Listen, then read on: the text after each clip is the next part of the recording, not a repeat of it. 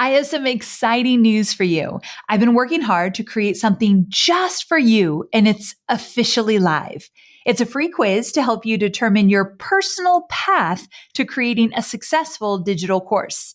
That means by taking just 2 minutes to complete this quiz, you'll discover my 3 proven approaches for creating a profitable digital course, and you'll find out which one you should take based on your experience, expertise, and where you're at as an entrepreneur. Not only will you find out what path is best for you, I'll even give you a step-by-step framework for bringing your digital course to life. So head on over to amyporterfield.com/quiz right now to find out your next steps to creating a profitable business that you love. I mean it. Go take the quiz right now. Don't wait one more second. amyporterfield.com/quiz. Your future business and digital course is waiting for you to take this first step. I cannot wait to see what you create. So amyporterfield.com/quiz to get started creating your stellar and profitable digital course. All right, let's jump into today's episode.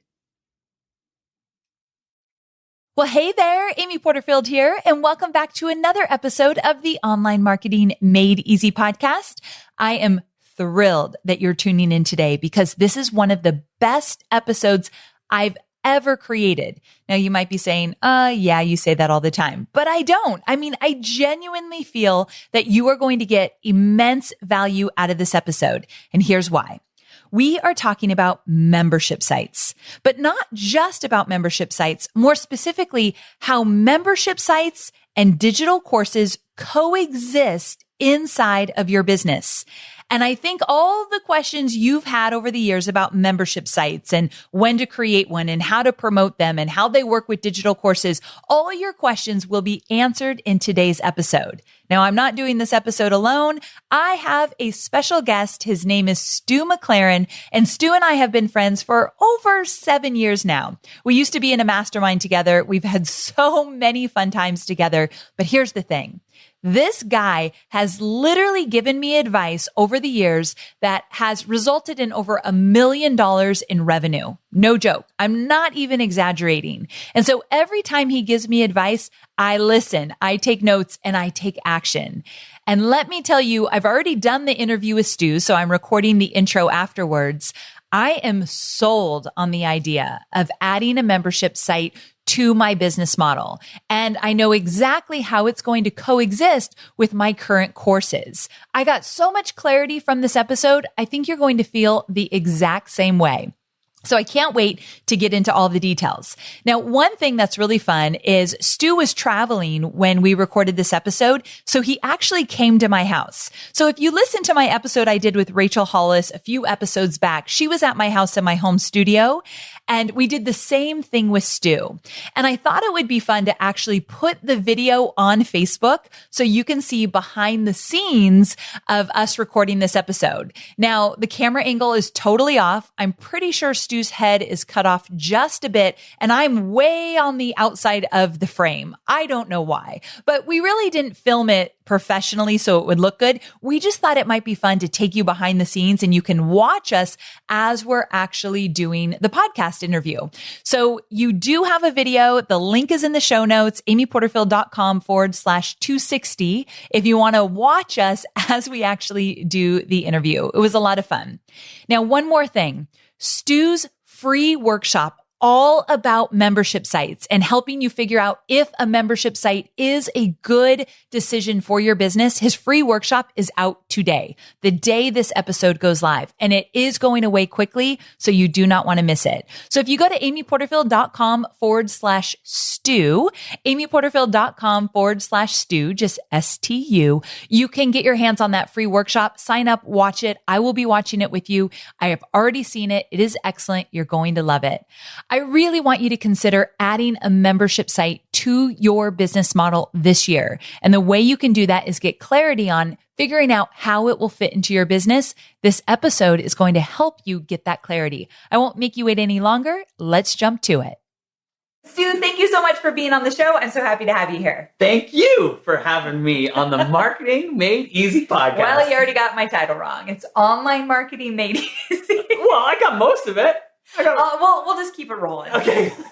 So just joking. So here's the deal. Before we dive into the top 10 burning questions all about membership sites, Yes. I thought we could start out with letting my audience know a little bit about you in case they don't know about the wonderful Stu just yet. Okay. So back in the day, from like 2000, starting in 2005, I had a really good business and we were doing great, multiple six figures, everything was rocking. Okay. But it was a business that was based on me helping clients. Mm-hmm. So the problem is that like when my clients were busy and their schedules were full, that meant my schedules were full. Right. And when you had multiple clients who all had busy schedules at the same time, it meant that I was burning the candle at both ends. And that sucked. Yes. Because the writing was on the wall. I was newly married and my wife and I, which is my Amy, this is Amy number 2. Yes. I have Amy number 1. This has always been my Amy number 2.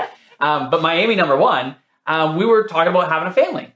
And I was just like, the writing's on the wall. Like I'm already burnt out without a family. Like I can't imagine what life would be like if I trying to do this while managing family. My marriage would just like explode. And then like we'd have kids and I'd be a father that wasn't around for the kids. And I'm like, something's got to change.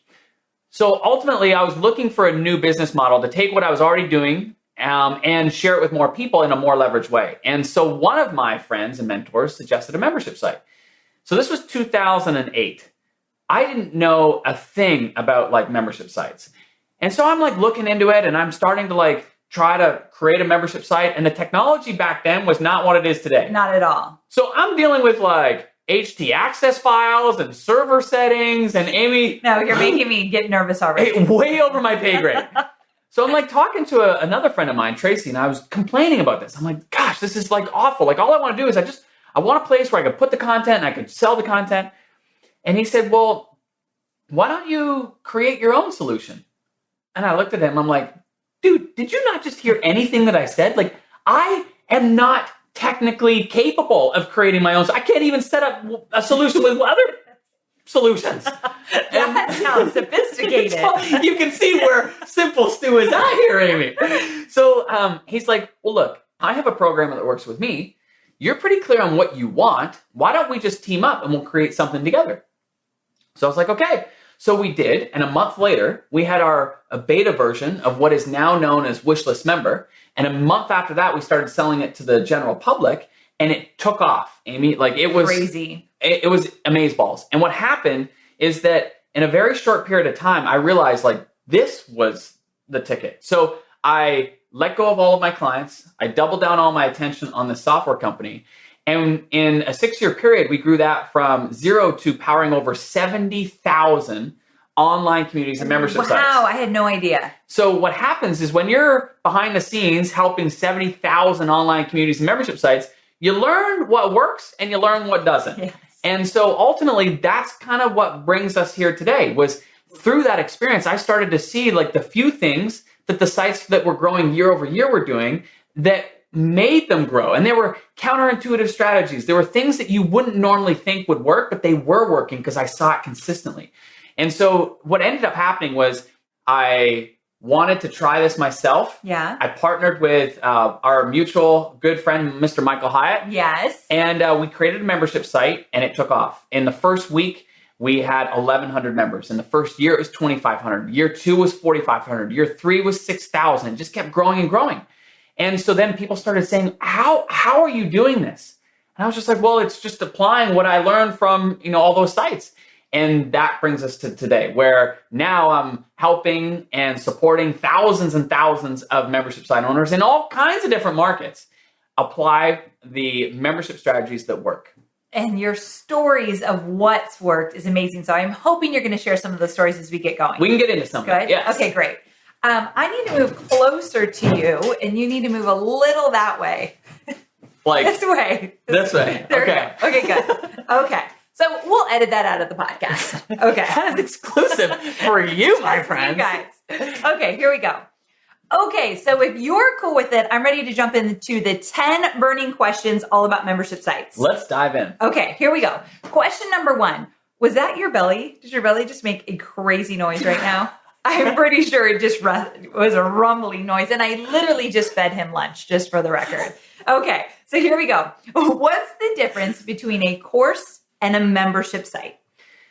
Okay, so this is a common question, and I'm sure you get this with your audience all the time. I get it with my audience all the time, who are always wanting all of your course material. So the reality of a course is that a course goes deep in a short period of time. So normally a course is running 6 weeks, 8 weeks, 10 weeks. I mean, what's the most common length do you see? I see 8 weeks, probably. 8 weeks. Yeah. And so it has a start and it has an end. Yep. But it goes deep. You're teaching a lot of material. People are learning a lot of material. Mm-hmm. But the reality of it is that during that course period, people are learning, but they may not have the bandwidth to also be implementing during that time. Right. So they're just soaking it all up. After that course period, that's when a membership site kind of takes over.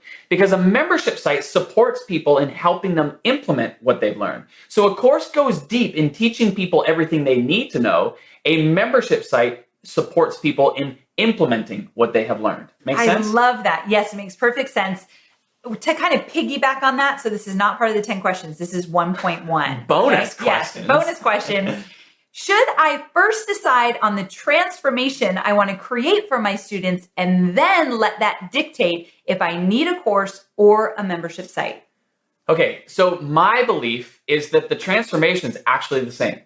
So a lot of people think that the course content has to be completely different from what I'm teaching inside of a membership site. No, they're actually the same thing. You're helping people make progress towards some end result, the transformation. It's the same thing. All you're doing, the experience is just different. In a course, you're teaching them what to do, and you're going deep on that. In a membership, you're helping them implement what they've already learned. Okay, I love that. So I'm pretty sure you've already answered question number 2. Can a course and a membership site coexist in a business? And the answer is yes. Buddy, they are like peanut butter and jelly. I knew he was going to say that. He tells me it all the time. They absolutely go together because of the nature of them. Like the course, as we said, it goes deep. It teaches them what to do. But then at the end of it, people are like, well, wait a minute. I need help, implementing this stuff. How many times have you come to the end of your course and people are like, wait, what happens now? Like, where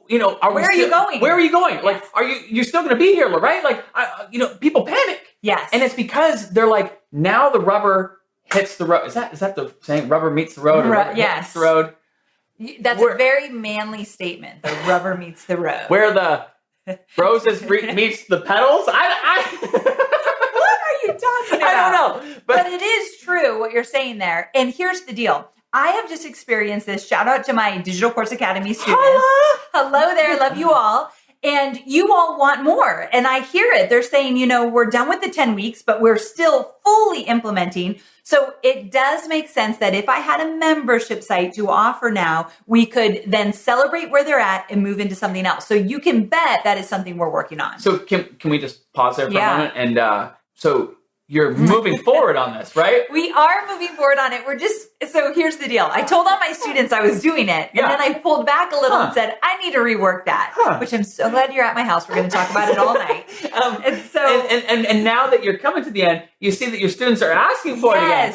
Interesting, ladies and gentlemen. Interesting. So what Stu is saying about this idea of you've got this course, it is a natural progression. And now I personally see it where my students are saying, Amy, we want to continue with you. Please don't go away. What's next? And I think they would gladly pay for what's next. So here's what we need to do, my friends. Yes. Listeners and viewers alike. We need to hold Miss Amy Porterfield's feet to the fire. And we need to say, send in comments, send in text, Instagram, DM her, say, where is the membership site? The people want, give the people what they want. You're going to create chaos. You want to give them my phone number now? Sure. Here's her address. If you want to. But it does need to happen. I finally see the power of it. You've been talking about this forever with me, and now I get it. But I'm dead serious in it, though. In the sense that as a course creator, as a membership site owner, what we are trying to do is help people accomplish a transformation. We're trying to help them make progress in some area of their life. Yes. And that's why these two go hand in hand. A membership site, if it was just a standalone membership site, it's just a lot longer of a journey to get somebody to that transformation because you can't teach as much as quickly as you could in a course. So it takes a longer period to get to that transformation. That's why a course is amazing. You go deep really quickly. But in a course, it's like, you know, it's an incomplete story because it's like you've taught them everything, but when people need the most help is when they're actually like implementing it. And that's where the membership comes in. I do totally get it now. And I love Now, do you like peanut butter and jelly or do you like chocolate and peanut butter? I like peanut butter and jelly. Okay, I think that's the best way to go. It's very true. Okay, so here's the third question. What type of content should I have in my membership site as opposed to the content I create for my course? Okay, excellent question. Yeah, I like this one.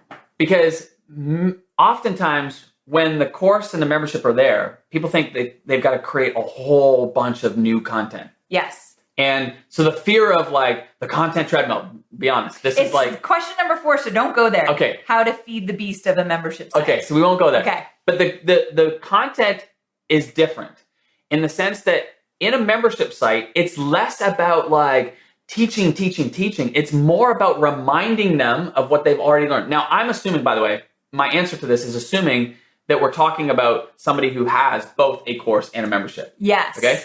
Because the content in a membership, if it was just standalone by itself, would be a little bit different. But if it's in conjunction with a course, then it's less about teaching them more stuff, more about reminding them what they've already learned and supporting them in the implementation of it. So it's more like answering questions. It's more, perhaps, group coaching calls. It's more templates. It's more resources that help people implement what they've learned easier and faster. So I love this because one of the things I got to work with Stu about my potential membership site, and I love the idea. We haven't made any decisions, so don't hold me to this just yet, me and my big mouth before I have it all figured out. But I love the idea of creating a membership site where the prerequisite is you have to have gone through, let's say, Digital Course Academy. Yes. That way, when I'm coaching them, when I'm giving them advice, when they get stuck, I could say, go back to module 5 Totally. or make sure module 2 is totally completed before you move on. I love that. It makes your life a million times easier because everybody's on the same page. Yes. And so you don't have to reteach. You don't have to, and there's danger in that if you don't have that commonality because it's like, well, if you're telling people to go back to a course and somebody doesn't have the course, well, then of course, it's going to raise questions from those people. Well, where do I get that? Yes. And then you have the people who have already gone through it, and they're like, we know this. We've already gone through it. So you don't have to reteach. No. When you've got a course, you leverage it, use it. When it's a prerequisite, leverage it and use it. Refer people back to it. Make sure they go back and consume it because you've already done all the hard work of creating the course in the beginning. So true. And the membership site will encourage them to get to the finish line if they haven't already. Absolutely it will. It'll help them consume that material. Listen, at the end of the day, as course creators, we know our stuff works. Mm-hmm. And it's not a matter of does it work or doesn't it work. No, it works. It's just we have to get people to the point of consuming it and implementing it. That's when they make the progress. So true. Okay, so I already hinted at question number 4, but the question is, how do you manage the content creation process? I have a membership and creating new content every month feels like I have to feed the beast and it's exhausting. And this is the number one reason I didn't want a membership site. Yeah, this has always been your biggest fear. Yeah, I'm like, I don't want to have to create content every single month, week after I already put my blood, sweat, and tears into that course. She just wants to kick her feet up at the Porterfield Palace and enjoy the sun. Mai Tai and just relax. Yes. This is the online life, ladies and gentlemen. Okay, so let me tell you a story. When I partnered with Michael Hyatt, he was coming off a New York Times bestselling book. So he was in high demand as a speaker. He still is. He gets asked to speak all around the country. And at the time, he was speaking anywhere between 30 to 40 times a year. So you had a day on the front, a day on the back for travel. He was gone over 100 days a year. Whoa, that's a lot. And at the time, his blog and his podcast. He was blogging every day. Oh my God. And he was podcasting every week. And so he didn't have a spare minute to think about creating content for a membership site. So when I hear this concern about the content beast, the content treadmill, I just think back to what we did with Michael. And it really boiled down to having a content strategy that did not require that ongoing feeding of the beast. And essentially for Michael, we developed a strategy in terms of the type of content we would be delivering, whereby we could create it a whole year's worth of content in 6 days. Whoa. So if I were to say to you, Amy, if we could create a year's worth of content in 6 days, does that feel manageable? I'd say bring it on. You'd say bring it on. Exactly. And basically what it boiled down to was 3 2-day video shoots a year. So those 2-day video shoots, they would be jam-packed. We would be like, boom, boom, boom, boom, boom. Yes. The schedule is lined up. We're ahead of it. We're on it. But after that, essentially the content gets handed over to, in our case, it was a video production team that did the majority of it. And then that would just get scheduled. So it was beautiful because we were able to get ahead of the schedule. We would create anywhere between 4, sometimes upwards of 8 months worth of content on a 2-day video shoot. So we were just getting further and further ahead on the content creation. So at the end of the day, the way you nip that content beast in the butt is you batch produce. Number one, you have a great content strategy that doesn't require that ongoing stuff. Okay. And you have a content strategy that allows you to batch produce. And when you do that, then you can get ahead of it and it never becomes a problem. In fact, it actually becomes addictive because what happens is when you're doing those batch days, it's like, ooh, we're going to get so far ahead. Ooh, I don't have to create content till 7 months out. Ooh, we're 12 months out now. I can't even imagine. And it does. It becomes a thing. So number one, great content strategy. Number two, batch produce. Okay, so you also taught me this system. Not everybody has to do it this way, but you had different content being released every week. Mm-hmm. And you had a reason for that. And you made it easy in terms of, I don't know how Michael did it, but it doesn't always have to be video. It could be PDF. It could be a Q&A, whatever. Yeah. But talk to me about that week by week inside of a membership site. Well, there's different types of membership sites. Okay. The most common one, though, and the one that you're referring to is what we call a publisher membership. And it's like a magazine. It's like where you're publishing regular content on a regular basis. But, and this is a really key thing as it relates to content, for all content creators, whether it's a course or whether it's a membership site, obviously membership site is my world, course is your world. But what we see is that if you provide more than an hour's worth of content per week, you start to see drop off of the consumption. Meaning if you're requiring more than an hour a week for people to consume your content, and now they've got to implement it, it becomes too much. Like, I just think of, we got 2 young kids. Mm-hmm. You know, we lead busy lives. You lead busy lives. I mean, you've got like everything going on in the Porterfield Palace, like people coming in all the time. And that hunky husband line. Well, hey, listen, the schedule is just jam-packed. But honestly, this is a PG show. Oh, right. Well, I was just saying, you guys go for nice walks all the time. I don't know where your mind's going. Just keep going. Jeez, Amy Porterfield. This is a PG show. You know that, right? God.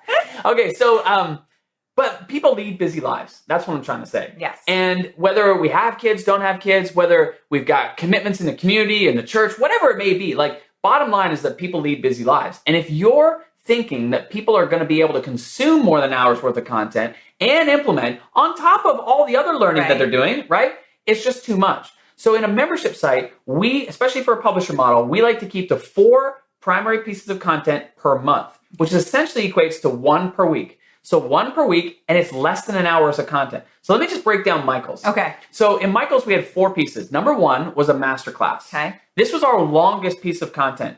It would last anywhere between 30 to 45 minutes, and it was usually a video interview. So that's what you were batching with him those 3 days of the year. So here's an example. We would go to an event where we knew there were going to be a lot of people there.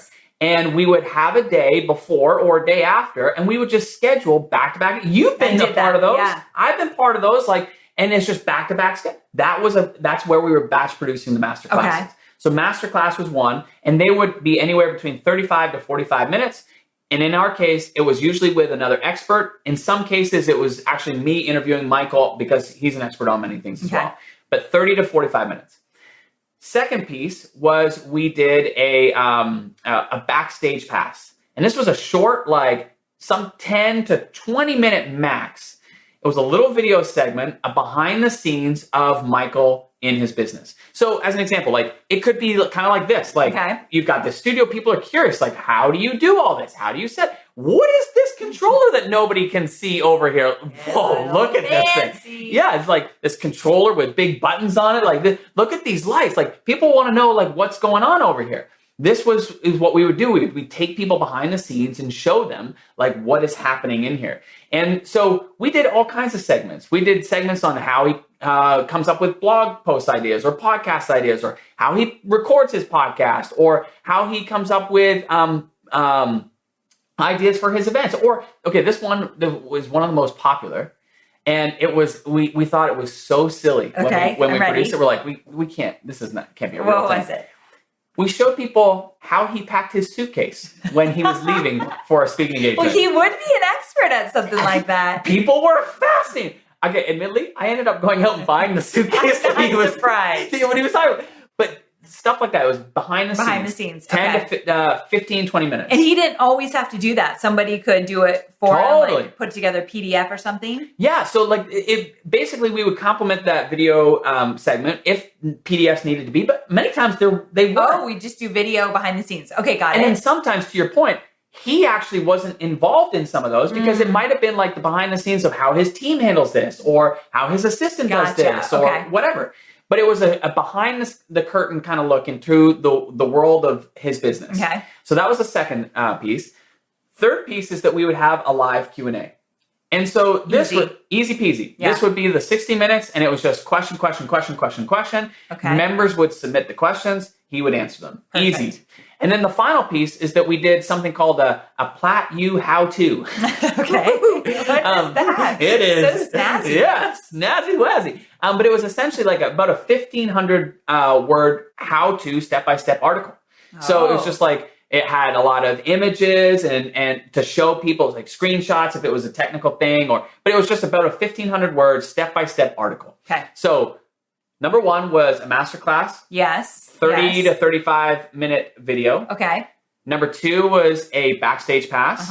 10 to 20 minute video segment showing behind the scenes. Number three was a live Q&A. And number four was a Plat You How-To 1,500 word article. Got it. And you don't have to do all of that yourself. So this is where a good content writer, a virtual assistant, other people on your team can help you. Guests that are coming in, guest contributors. And in fact, I was talking to, who was it the other day? I talked to so many membership site owners. But anyway, they were telling me that like they have guest contributors. And they said that in the beginning, they were trying to do all of the content. And they said it actually brought a whole new life when they had guest contributors come in, because it added variety and it had added, what'd you call it? Snazzy? I'm pretty sure you said that, not me, for the record. But it was a lot more, it brought more energy into it. Yes. So point is, you make a great point. It doesn't have to be you that's creating it all anyway. Definitely. Because I know my students are overwhelmed by a lot of content creation. So batching, and I love the hour a week and no more. You can do less than that.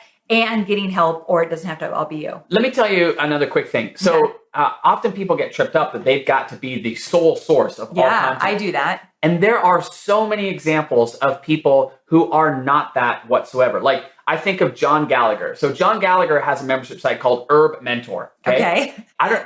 Okay. Don't tell me you say Herb. Well, this is what I was going to say. Like, is it Herb or is it Herb? It has to be Herb. I don't understand the Herb thing. Okay, maybe it's a Canadian thing. I don't know. Do you guys in Canada say Herb? I think I used to say Herb, and then I used to get that look from so many people like, what are you saying? And I'm like, okay, maybe it is Herb. I don't know. Anyway. HerbMentor. Okay, got it. And so when he started the membership site, he was not the expert. He brought in other experts. So he became the facilitator. This is a really important distinction. And so it was his membership site. He's got thousands and thousands of members. His membership site, but it wasn't his content. He was bringing guest contributors. Another example, Andrew Warner from Mixergy.com. Yes. I remember Andrew, he had a popular podcast, still does, right? And he saw the need to take his students deeper than just the podcast. And so when I talked to him, this was years and years ago, and he does the same thing. He's not the expert, but he brings in the experts that his audience needs. So he understands and identifies the needs, brings in the experts accordingly. So there's many ways to do this where the content does not solely fall on your shoulders. So good to know. And it relieves a lot of stress from people that are thinking about doing a membership site. Totally. Okay, so back to our questions. Question number 5. This is a good one. Are you ready? And I actually know the answer to this because I've asked you this before and you really nail it. So don't mess this one up. Okay. Clap. Okay. Here we go. I know what I said. I love what you said. So when you let new members in, should they get access to previous monthly content? If someone signed up for your membership site today, did they get all the material from, let's say, the years past? Okay. Give it to me. I have struggled with this because I don't know if anybody listening feels the same way, but I am very protective of my early members because it's like they're taking a chance on me. Right. You know, like when we welcome founding members, I mean, there's nothing typically in the membership site to begin with, so they're taking a chance on me. I love going to bat for them. I love, bringing them lots of goodness. I love taking care of my early members. So when I think about somebody, let's say we start our membership site in January and it's $20 a month for simple math. And we fast forward to June. So 6 months have passed. My founding members have paid essentially $120, $20 a month times 6 to have access to that content. So I used to think, well, that's not fair. Like if somebody's coming in June, they're paying $20 and now they have access to everything. Right. No way. I'm gonna put a gate on this. Okay. And now my thought process was like, it's just like a magazine. If I sign up for a magazine, I sign up for Sports Illustrated. Right. They don't just send me a big old box of every issue that they have ever published in the past. Right. So I'm like, why is it different digitally?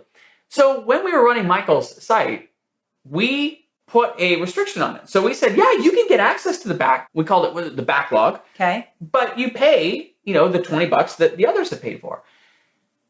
Amy, it caused a support nightmare. Ooh, okay. Because the new members coming in, they're like, what? Wait, you're nickel and diming me? This is terrible. Like, just give me access to the content. And then what I thought was where I'm protecting the interests of my early members. They didn't care. It was no big deal. So what happened was I was trying to protect something that, my founding members didn't care about. It was causing an absolute support nightmare. Finally, we just said, forget it. Let's just open it all up, give them access to everything. And all the problems went away. So I used to think restricted and be protected. That's what I would have thought. Now I'm just like, don't even worry about it.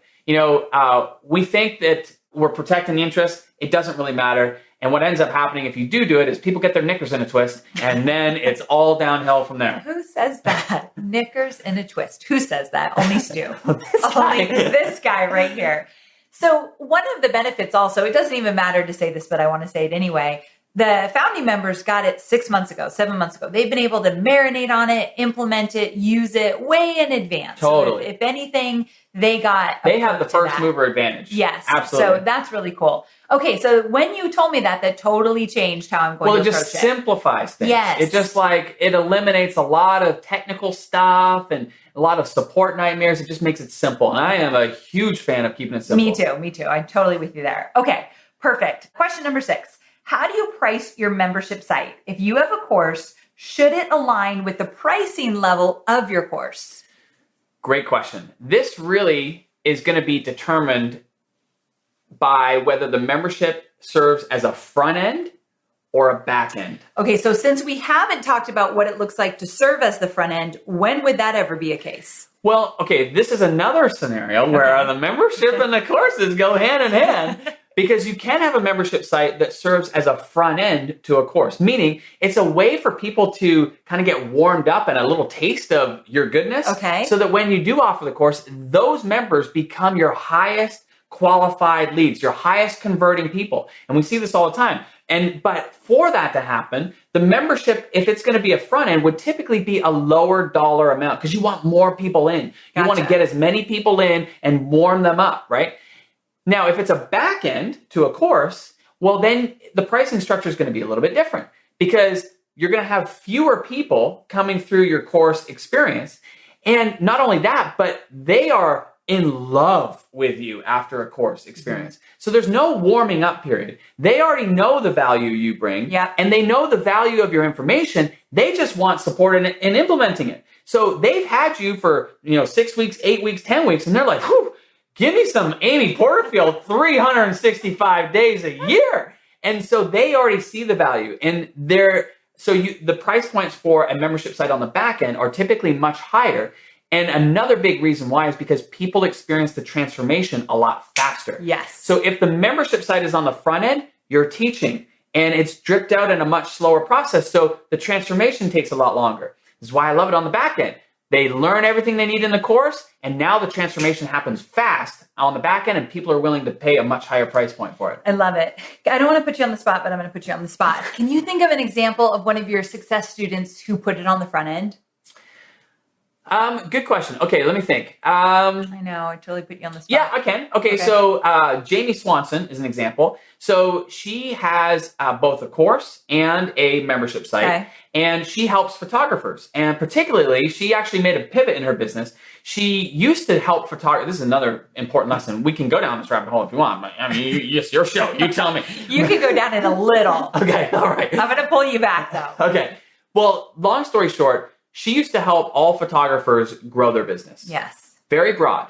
But at the time when she started doing this, which was years and years ago, she was blazing a new trail or paving a new trail. I think they both work. Okay. Yeah. My analogies. Thank you for all the clarification. I'm terrible at analogies. I never use them. I don't even know if it's an analogy. I think it's just a phrase you're saying. Now you're making us look dumb. Okay. Sorry. I'm sorry. Anyway. Okay, we get the point. So back then, it was new. Over the years, though, that market has been, a lot of people that come in and started teaching the same thing. And so she is now like getting lost in this sea of everythingness. And it was becoming harder and harder and harder. So she made a pivot in her business. Instead of trying to serve everybody, she said, what's a slice of the market I can serve? I'm all about the slice. She went and became known for something specific. And in her case, that was helping people, helping photographers become known as a personal brand photographer. Oh. Now, you've experienced this because you have and paid on a regular basis for a photographer to come in and take personal brand photos. Mm-hmm. This is a huge emerging trend in the marketplace because as social influencers are like, we need great looking pictures. The photographers are like, hello, I'm right here. But if they are known as a personal brand photographer, people are much more likely going to hire them. Yeah. So Jamie is helping them in that regard. And so her membership site solves one specific problem. It helps a photographer find one recurring client per month. It's a very simple promise. And what it does is the transformation is unbelievable because people come in and they're like, oh my gosh, like it was so easy to get that client with that one strategy this month. I got a new client. And so now they get, they're excited about it. But Jamie also has a course. So in the membership, she delivers one strategy per month. In the course, she goes and delivers a whole bunch of strategies in a short period of time. Got it. So that is a perfect example of how the front-end membership helps her with the back-end course. And the fact of the matter is the transformation is the same, which is helping photographers become known as a personal brand photographer and get clients. Yes. But whether it's in the membership or in the course, transformation is the same. But the purpose of the membership is on the front end. The course is on the back end. Good job with the example. That was a good one. Had me sweating. I was like, I have to go back to the brain archives. That was good. Okay, question number 7. Wait a second. Hold on. Where was I? We already talked about pricing it. Oh, I got off track a little. Yes. What were you going to say? Well, we didn't actually nail the pricing, right? I think you did because you said when it's on the back end, you can charge a more premium price. Okay, that's true. Can I add one little thing to that? No matter whether it's a front-end membership or a back-end membership, there is something I absolutely want all of your listeners to hear. What's that? That is always start lower than you think you want to end up at. Okay. So I'm going to use just a simple example. Let's just say that we envision having our membership site land at $97 a month. I would probably start at $47 a month. And then I would have a price increase promo that would take the price to maybe $67 a month. And then I might go to $77 a month. And then I might go to $97 a month. And people might ask like, wait, Stu, buddy, why would you do that? Like, why don't you just jump right to 97? Because there's a whole bunch of reasons. Number one is when you are first launching a membership site, give a founding member price as a huge incentive to get in now. Yes. People will jump at that opportunity. Then what you do is you say, and as a founding member, you'll be forever grandfathered in at this founding member price. It's a huge benefit because when you raise it, Now they are like, I was genius to get in at this time. Yes. Like, okay, I don't know if you remember, when you got your go-to webinar account back in the day? Oh, yeah. Were you one of the like $79 a month? And you are proud of it, right? Yeah. Because there was a $79 a month plan that gave you 1,000 lines. And then all of a sudden, like overnight, it went from $79 to like $400 or $500. Yes. And you do never give up your $79 a month. No, you know what the funny thing is? I bought a $79 account on the black market. What? Yes. Somebody and it was a deal. I paid a guy $500 in order to get his $79 account because that's how valuable it was. Whoa. And so what I'm saying is that like founding member pricing, it only adds a huge benefit to your founding members. They feel good about it.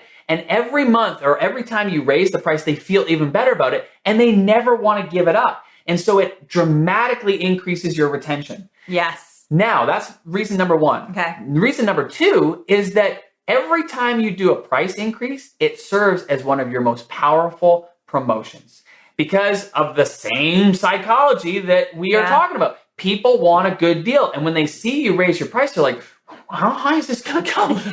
I better get in now. And so every time we found our price increase promos are some of the best promos that we do. So I love baking that into my long-term strategy. Start lower, raise your price higher. Because if you start the other way, let's say you go too high. Yeah. And you realize, oh goodness, this is not working out. I'm going to need to lower things. Well, now think of the psychology there. Your early members have paid $100 and you realize you got to lower it to $77. Now they're like, what? Lowering. Does this mean that it wasn't the value? I should get a refund. Can I get a refund for all those months? We think we're doing them a good deal by saying, no, it's cheaper now. It's a better deal. They're like, heck no. Give me my money back for all the months that I paid too much. Right. Weird psychology. Start low, raise it high. I love it. Done and done. Okay, so we're now talking about more launching. We talked about pricing. Yeah. The next question is, would you consider leaving a membership site open, similar to an Evergreen course, or recommend having a launch with an open cart for a short period of time for your membership site? What do you think of that one, Stewie? Well, you know, Amy Porterfield, how I feel. Okay. Let me take a deep breath. He's very, very worked up about this question. I get it. I'm very opinionated about it because I work with thousands and thousands of membership site owners. And without a shadow of a doubt, I can tell you what works and what doesn't work when it comes to getting more members in a membership site. Okay. And let me give you a story. So Jennifer Allwood is in my... Love Jennifer. She's amazing. Love her. Awesome. Serves her, and she loves on her people like nobody loves on her people. But she's in my Impact Mastermind. And at one of our meetings, she came to the front of the room and she said, okay, look, this is the year. This is the year when I really want to scale my membership.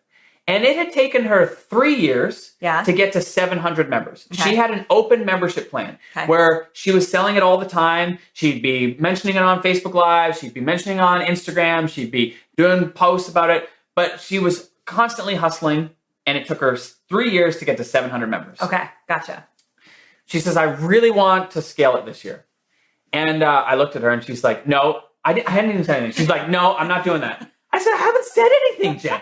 She's like, I know what you're about to say. I said, what am I going to say? She's like, you're going to tell me to close it. And I said, yes. She's like, I'm not doing that. And she's like, okay, well, I am open to it. I'm open to it. That's why you still haven't said anything. I still haven't said anything. She's like, I'm open to it. That's why I'm here. Okay. And I'm like, okay. And she's like, but and then all of a sudden, all the limiting beliefs. But I don't have the bandwidth. I don't have the time to do a big old launch. I can't do video series. I can't do this. I can't do that. The time. And I'm like, Jennifer, let's just make it super simple. You know, she was really good at Facebook Lives. They come natural to her. I said, let's just do a live launch via Facebook Lives. And she's like, well, what does that look like? I'm like, it's just a series of Facebook Lives. And on those Facebook Lives, you would cover these points, but you would do your thing like you always do. She's like, okay. She's like, I'll give it a try. I said, okay, so let's look at the calendar. I said, let's do it 2 weeks from now. She's like, 2 weeks from now? I'm like, yeah, what do you have to prep? You're not doing any videos. You're not doing any webinars. Right. There's nothing to, it's Facebook Lives. She's like, okay.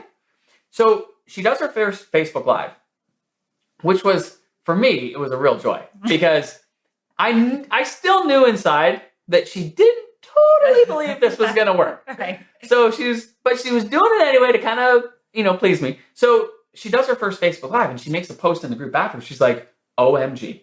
She's like, I can't believe what is happening. And then she got excited and she got energized by the fact that things were working. And over the course of the next 5 days, remember, 3 years to get to 700 members.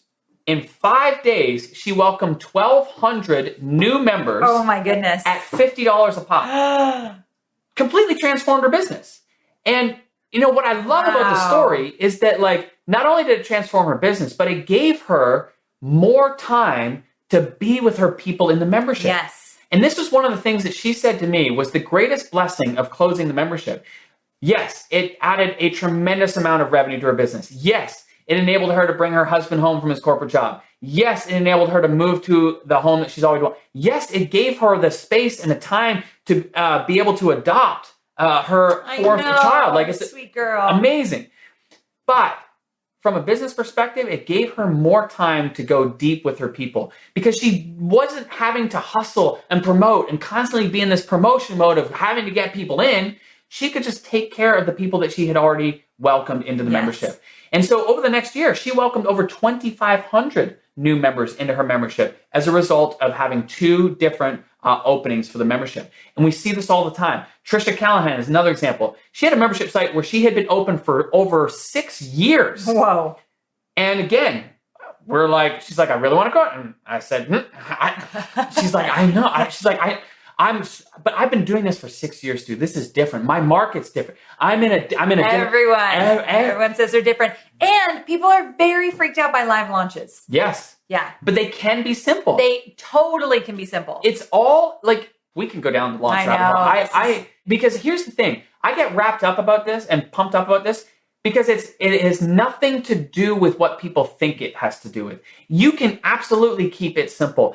The launches, the reason they are effective is not because of a fancy whiz-bang video series. It's not because of a pretty, slide deck. It's because of the messaging and the sequence of the messaging.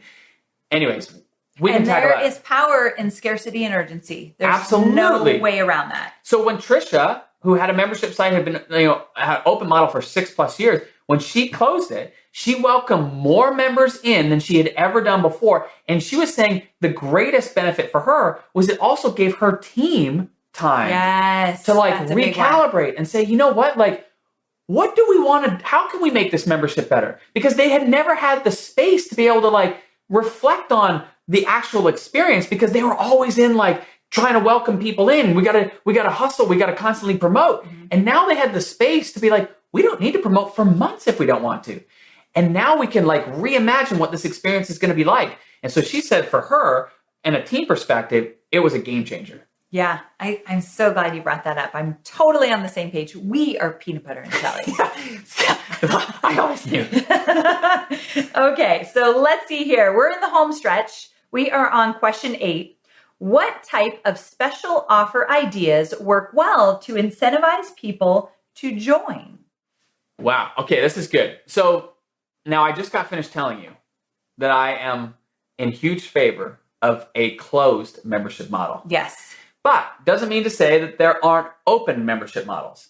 The reason I'm going to tell you this is because no matter what, I'm going to pull up my Instagram right now, Amy. And our podcasters can't see what you're doing. I know. But they can come over to the that's why I'm talking them through it. Okay. So I'm pulling up my Instagram. Okay. And I am going to my saved. You know how you can save stuff? I have a folder saved of ads. Oh, okay. Nice. And these aren't just any ads. All of these ads are for products that I want. Okay. I saw this ad. I'm like, that is amazing. I want one of those. Show me some stuff that you want. So here's a thing for kids. It's called the Big Journal for kids. I'm like, that would be amazing. Marla would love it. Marla would love it. Here's this thing to do exercise workouts when you travel. I'm like, That would be great. Oh, there's another exercise. There's there's a smoothie machine thing that's portable. I'm like, that would be handy. That would be amazing. Here's a teeth whitener. I'm like, that would be good. And we can go through these. There's literally hundreds and hundreds of these. Okay. Now, here's the thing. Of the hundreds and hundreds of ads that I have seen and I've said to myself, I definitely want to buy that. There's only one that I have bought.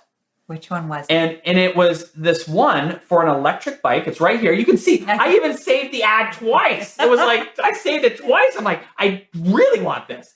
But that's the only one I bought. And the reason was because they gave me a reason to buy today. Okay. There was a deadline. So there was a deadline, a sense of urgency. You talked about it before. There was a sense of urgency. There was a reason why I had to buy today. Mm-hmm. Now, the whole thing with an open membership site is if you're open all the time, people are like, oh, this membership looks great. I will save this for later. Yes. Kiss of death. So when it comes to promoting a membership site, you always want to give people a reason to buy today. So even if you've got an open membership site, what I would encourage you to do is have a bonus that you create that you offer people. If they join the membership site by a certain time that month, they get that bonus. So a long time ago, before I became wise about the open and closed membership models, I used to have an open membership site. But I was wise enough to know I had to give people a reason. So we created 12 bonuses, and each month we had a promotion around that bonus, which gave people a reason to buy today. Now, whether you've got an open or closed, point of the matter is create a great incentive for people to buy.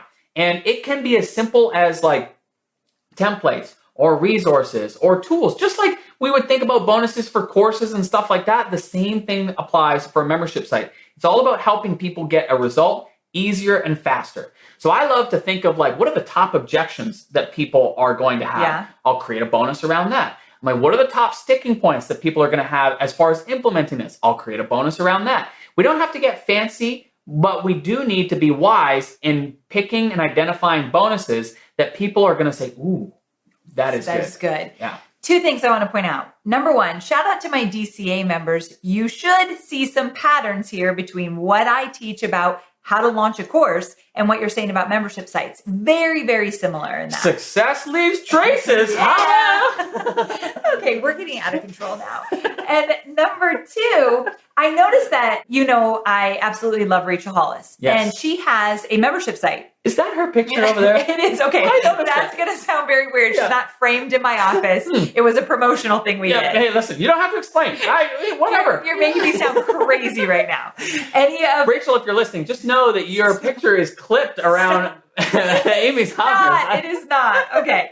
Just shut it. Okay. So here's the deal. She has a membership site. It's a group coaching. Yeah. And one thing I noticed that she recently did that I thought was genius, because the girl is genius, she has pay monthly or pay in full, but she gave an identity to pay in full. They're called #goal getters, and they get all this great stuff when they pay in full. Something I teach to my course creators for selling a course, but it works for a membership site as well. Absolutely. And it works probably better for a membership site because now you're a goal getter. You're a special breed inside of a membership site. Absolutely. There's a whole lot of genius baked into that. But the bottom line is that, like, if you want people to take action, you got to give them a reason to do it today.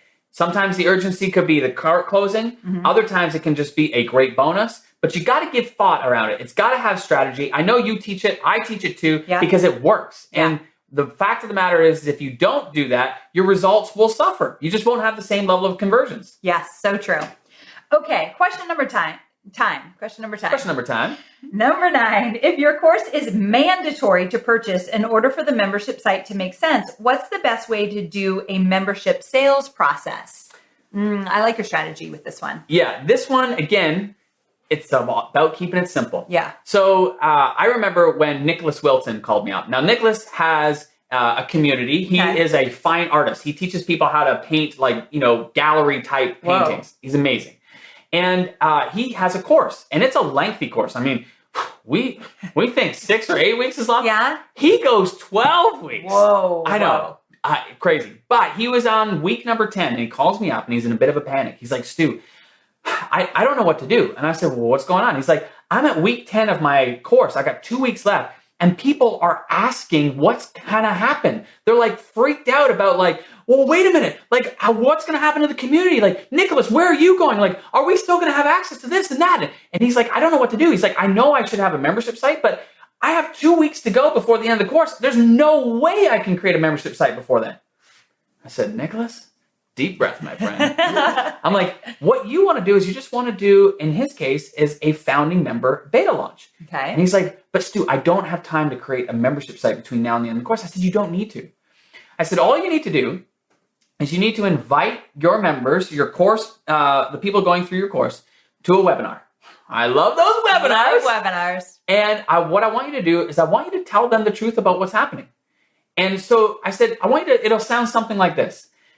When we started this course experience together, my focus was 100% on the experience of delivering the course material. But as we have come toward the end, I have started receiving messages like this, screenshot, like this, screenshot, like this, screenshot, which are all screenshots of people asking, like, what's going to happen? Are we still going to be able to stay together? Is the community going to be connected?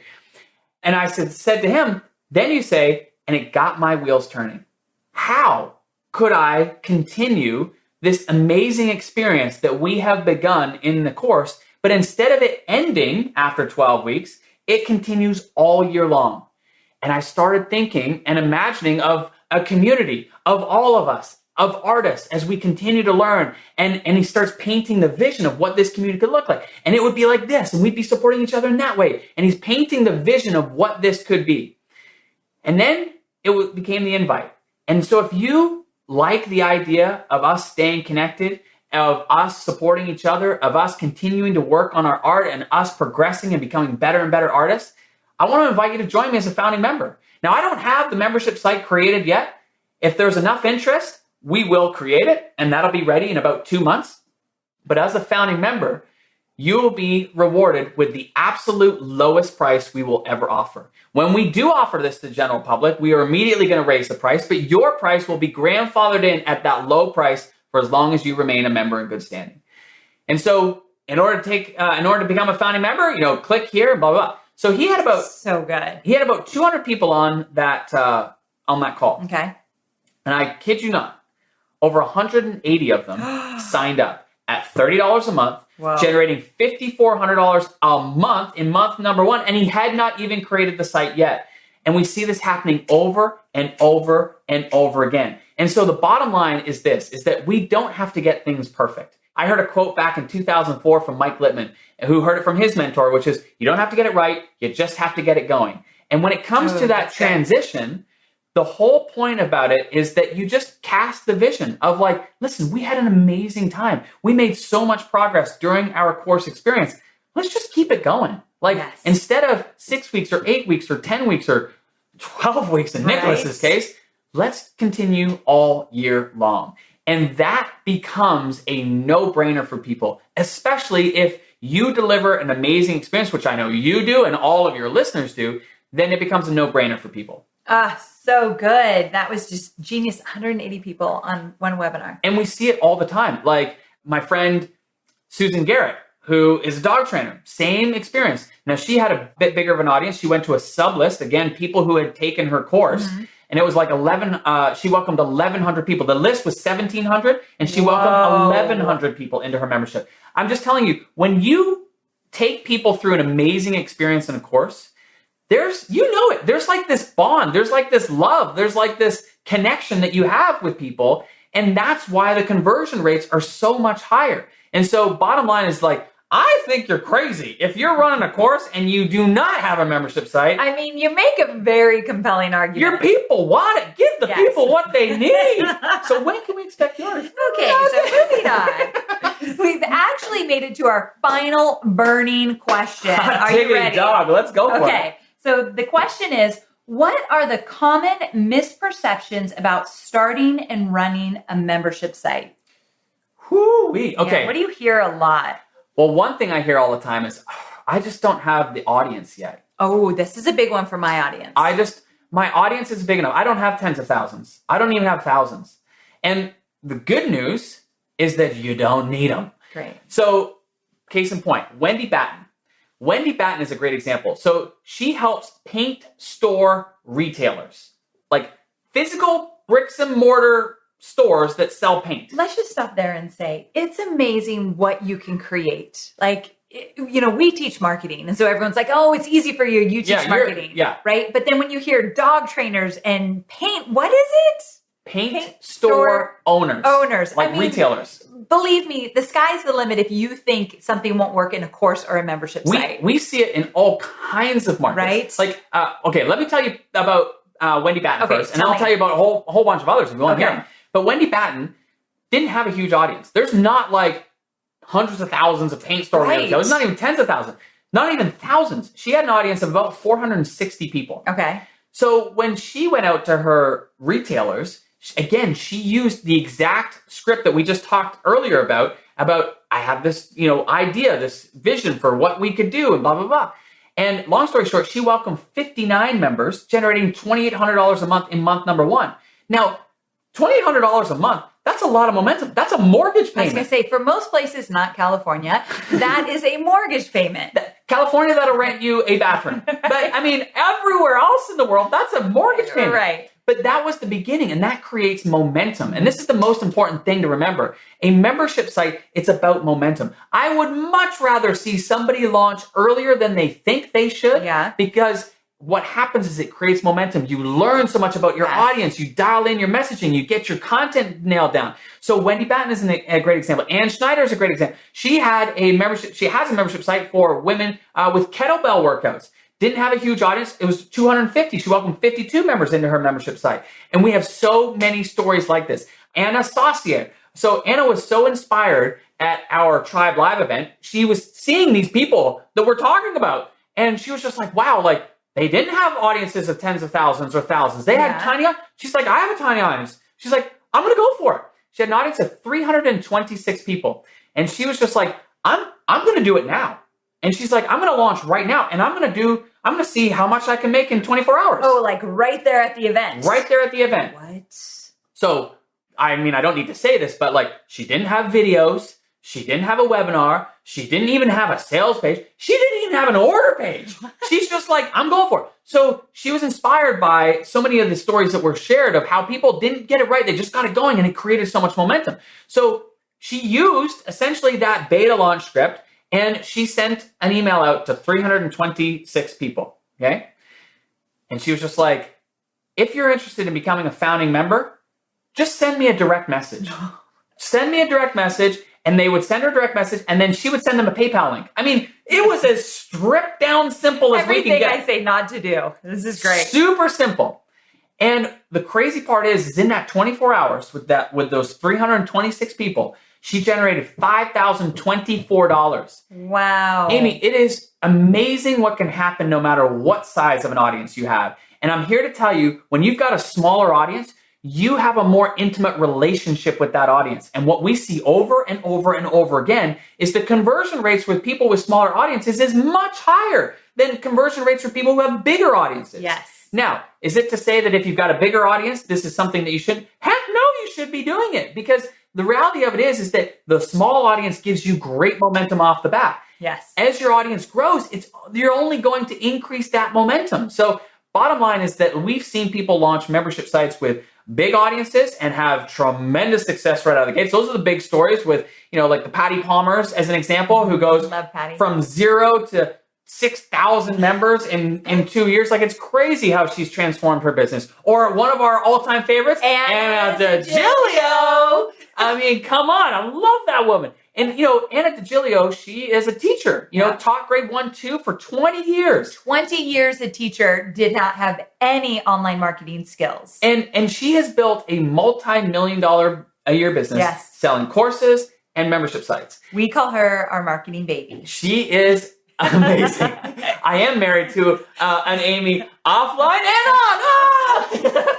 on. Okay. But anyway, bottom line is that if you've got a big audience, you can do it. If you don't have a big audience, you can do it too. So that's one big misconception. Yes. Second big misconception, we already kind of covered it, which is like, I'm going to be on this like content treadmill for the rest of my life. This sucks. Can't do that. Not true. We've learned you can batch. You can batch. It's all about your content strategy. When you nail your content strategy, all of that can be solved.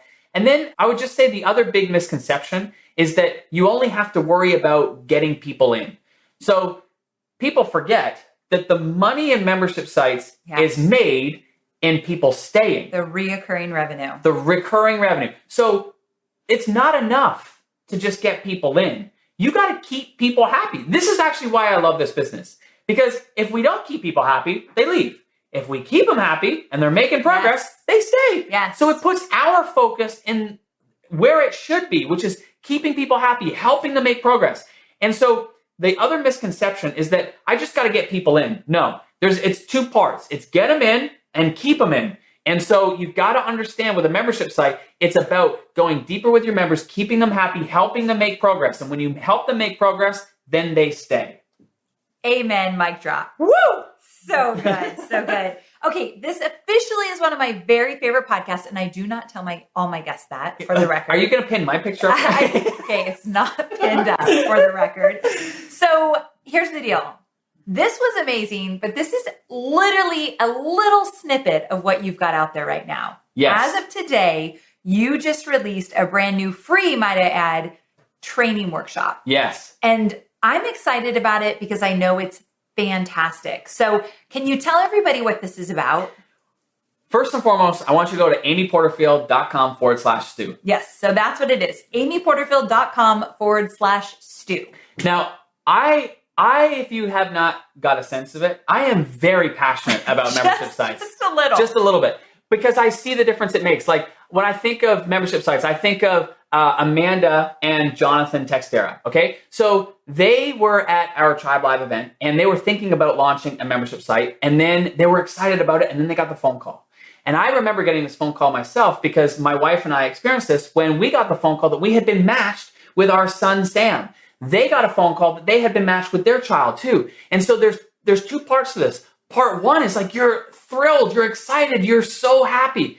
But for them, the other part was complete fear because an adoption is very, very expensive. And her husband would have to come up with all kinds of finances to be able to pay for this in 8 weeks. And so when I think of membership sites, I think of Amanda and Jonathan launching their membership site and being able to not only afford the adoption, but now have this tremendous revenue coming into their business. I think of Tara Walsh, who her husband was in the Army and suffered from PTSD. And it was a really hard thing for them because she knew she needed to get her husband help. But it meant that he would literally have to move to another location, doubling their expenses. So she's a lashpreneur. Again, going back to like, you can be in any market. I mean, she helps. That's amazing. Lashpreneur, like yes. These right here, my lash extensions. This is what it looks like. I didn't know this Do was a whole them? thing. They're beautiful. But so she helps lashpreneurs. When she launches her membership site, she got the momentum going. Then she applied what we're going to be teaching in this workshop. Okay. And took it from $2,000 a month to $13,000 a month to, in less than a year, $30,000 a month. Whoa. Now is able to get her husband the help he needs. Listen, they're not out of the waters yet, but she doesn't have the stress that comes from now being able to pay for and get her husband the help he needs. And this is why I'm passionate about membership sites. It is not just about membership sites. It's about what membership sites enable people to do. As business owners, we experience enough stress as it is. Stress comes from, how am I going to pay for staff? And when you're always trying to find new customers, it's exhausting. It's exhausting. Mm-hmm. So I am passionate about this. And what I can tell you is that through more than a decade of helping tens of thousands of membership site owners, it really boils down to a few key things. In this workshop, we're going to help you with those key things. In part one of the workshop, we're going to help you identify whether your market is a good fit for a membership site. I mean, would it be helpful to know if the market you're going to or thinking about creating a membership site is a good fit first? For sure. Because you don't want to go and put a whole bunch of energy and effort into it if it's not going to be. Right. Well, there are characteristics. And as soon as you join us for the workshop, which is free, amyporterfield.com/Stu, you're going to take the assessment and you'll be able to know right away whether your market is a good fit. In part two of the workshop, this is where we break down the content. We talked about content, and there is absolutely one key component every membership site should have. Without it, you're in serious trouble. And you're not going to tell us it right now. I'm not going to tell you. Sneaky little snake. Because I want people to come and I want you to join the free workshop. The reason being is because when I explain it, you're going to have this light bulb moment. You're going to be like, OMG. And even for people in courses, like I remember when we talked about this, when you and your team flew up to Toronto and we did a whole day and we mapped out this code name SP and we mapped out this SP. And I remember you and your team being like, this is relevant for a course as well. Yeah. And I was like, absolutely. And so without it, a membership site, what you'll find is that members will come in and they won't know what to do. They won't know how everything fits in helping them in their journey. I just got it. I had no idea what you were talking about, SP. Those are the initials of this. And I remember learning it, and it's golden. Yes. Okay. That's in part 2 of the workshop. In part 3, we just pull back the whole curtain. It's an entire blueprint of the membership site. And we go through the 5 key areas of a successful membership site, and we break them all down. This is like this workshop. I mean, we go all out. It is like full production. We are full on in terms of support. That's true. I said at the very beginning, you're not into all the fanciness. This video is fully produced, though. It's absolutely beautiful. So kudos to you. And we create all kinds of printables so people can implement and download and print them off and put them in the binders if they want. I like a good binder. Oh, it's so good. So good. Bottom line is that the workshop's amazing. And the whole goal is to show you, no matter whether you have a product-based business, a service-based business, a community-based business, or for most of our audience, a knowledge-based business, the whole goal is to show you how to take that from a one-time transaction where we hope our customers are going to come back and buy from us again, right, and instead turn it into a recurring transaction where we know for sure that people are going to come and buy from us again and again and again. I am so excited. We do this one time a year. One time a year. So you do not want to miss it. So once again, amyporterfield.com/Stu. I'm pretty sure, I think it's free. It is free.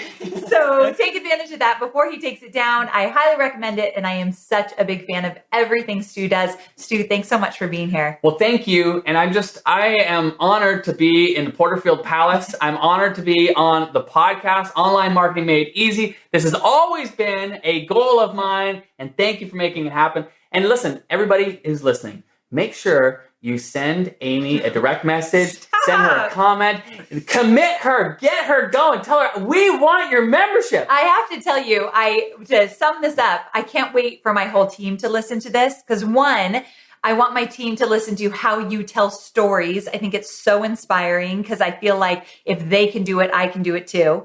And number 2, I'm thinking like, yes, I need to do this. Yes, this is the next natural step. So I'm excited about it. I'm sold. Okay.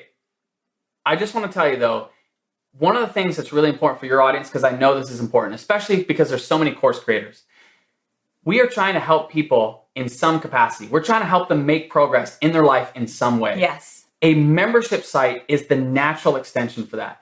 Whether it's like Leslie Vernick, who, she helps women, Christian women, who are in troubled marriages and they don't know what to do. And I think if she didn't have a membership site, there would be this whole community of women who would be lost, not knowing how to navigate their marriage. Or I think of Michael Kilpatrick. Michael Kilpatrick, he helps farmers. But I think about the impact that that's having for these farmers who are feeling all of the pressure of big agriculture. Or I think of Karen Cinnamon. Karen Cinnamon, she has a membership site for Jewish brides-to-be. Like, this is the most important day in their life, but there's a lot of complications. I didn't know this. There's a lot of complications with Jewish brides, particularly like if one of the spouses is Jewish and one is not, and there's a lot of navigating. Or I think of Levi Kajula. Levi has a membership site for guitar players, and he's grown this to over 6,000 plus members. But it's not just guitar players. What I love about Levi is he's helping the retired vet. And you should see what he's doing in his community. He's bringing these vets together. They have these jam sessions. It is amazing what he's doing. Or I think of Scott Paley. Scott Paley was not the expert. He partnered with Joan Gary, who was helping nonprofits. Now, the crazy part about Joan was that she is so good at helping nonprofits really grow their nonprofit, but she was doing it on a one-on-one basis. And she's like, I really want to scale this. So she partnered with Scott. Scott took care of all of the membership and the back end. Yeah. And they grew it. And they're serving in the first year, they grew that to over 2,500 nonprofits that they're serving. Or I think of like Tamara Bennett. Tamara Bennett has a membership site teaching people how to paint door hangers.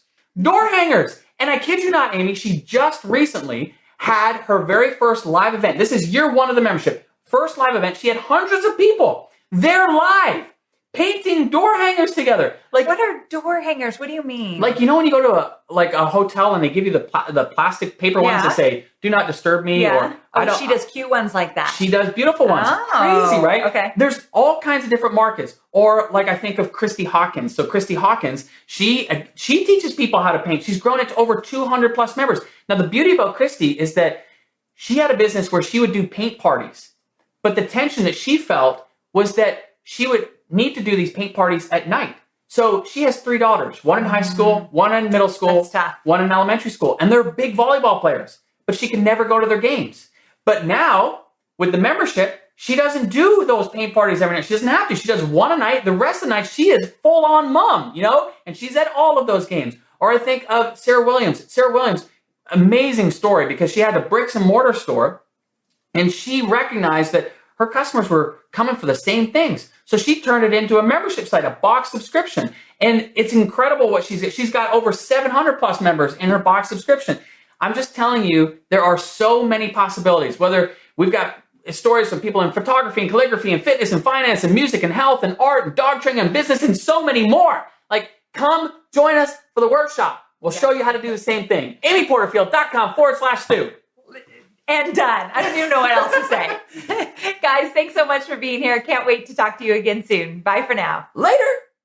So there you have it. I hope you loved this interview with Stu. After we finished the interview, we literally went and played hide and seek with his kids. So we had a lot of fun when he was at my house, and it was a very loud. I forgot that little kids are so loud, but they had a sleepover that night. And when everyone left, it was a little too quiet. So it was really fun to have Stu and his family at my house. And I absolutely loved everything he shared in this special interview. I hope you felt the same way. Definitely don't wait. amyporterfield.com/Stu. Watch his beautifully done free workshop. I promise you, you will get immense value. And again, that clarity that you're looking for to decide if you want to add a membership site to your business. All right, guys, I cannot wait to connect with you again next week. Same time, same place. I'll see you soon. Bye.